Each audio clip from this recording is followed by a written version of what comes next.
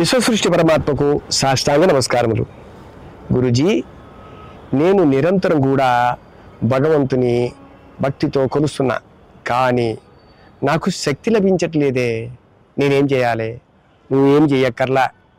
నువ్వు నిరంతరం కూడా భగవంతుని చాకచక్యంగా కాదు, నిరంతరం కూడా కొలుస్తూ ఉండు.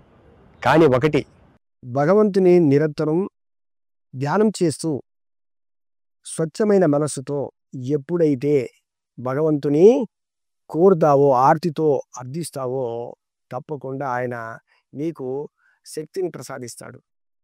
భగవంతుడు ఎవరైనా ఉండవచ్చు, దేవీ దేవతలు ఎవరైనా ఉన్నా కూడా ఎవరినైనా నువ్వు అర్థించవచ్చు, ప్రార్థించవచ్చు. వాళ్ళ పాదాలను ఎప్పుడు పట్టుకోవాలి, స్వచ్ఛంగా ఉండాలి. నీ మనస్సు నిరంతరం కూడా భగవంతుని మీదే ఉండాలి, కానీ అటు ఇటు తిరగడానికి వీల్లేదు. ఏం చేస్తున్నావు? ఉదయం లేవగానే ఒక స్నానపానాలు చేసి అగరబత్తి ముట్టించి స్వామివారికి వాసన చూపిస్తున్నావు. అంతకంటే ఇంకేమి లేదు చేసేది. కానీ పరిసర వాతావరణం మొత్తం కూడా అపరిశుభ్రంగా ఉన్నా కూడా భగవంతుడు వస్తాడు అనుకుంటున్నావు, అట్లా రానే రాడు.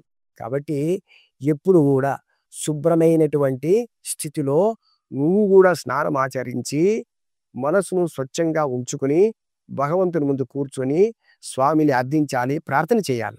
అప్పుడు తప్పకుండా నీకు భగవంతుడు శక్తిని ఇస్తాడు.